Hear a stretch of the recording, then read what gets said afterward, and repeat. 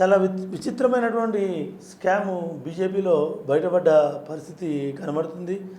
ఎందుకంటే ఒక ప్రపంచ నాయకుడిగా గుర్తింపు ప్రఖ్యాతలు తెచ్చుకొని మోడీ అంటేనే ఒక దైవంశుడు సంబూతుడు అన్న రేంజ్లో ప్రచారం జరుగుతున్న సందర్భంలో మోడీని కలవడం కోసం దానికి చాలామంది కూడా తమ జీవితాశయంగా పెట్టుకొని మోడీని కలవడమే గొప్ప, మోడీని చూడడమే గొప్ప అన్న ఒక వాదనలోకి జారుకున్న పరిస్థితి మనకు అక్కడక్కడ కనిపిస్తూ ఉన్న పరిస్థితి ఉంది. ఈ క్రమంలో మోడీ ఎక్కడైనా రాష్ట్రాలకు వచ్చేటప్పుడు చాలామంది కూడా సీఆప్ కానీ లైనప్ కానీలో మోడీని కలిసే పరిస్థితి ఉంటుంది. అదేవిధంగా తెలంగాణలో కూడా సీఆప్కు లైనప్కు సంబంధించి ఒక చిన్న స్కామ్ జరిగినట్టు కూడా వార్తలు వస్తున్న పరిస్థితి ఉంది. సీఆప్ లైనప్కు సంబంధించి మోడీని కలవాలంటే డబ్బులు తీసుకొని మరీ మోడీని కలిసే ఏర్పాట్లలో వాళ్ళ పేరును యాడ్ చేసినట్టు కొంత విషయం పుక్కడంతో ఇవాళ నిన్న కొంత దినపత్రికల్లో కూడా వార్త వచ్చింది. దీనిపై ప్రైమ్ మినిస్టర్ సంబంధించినటువంటి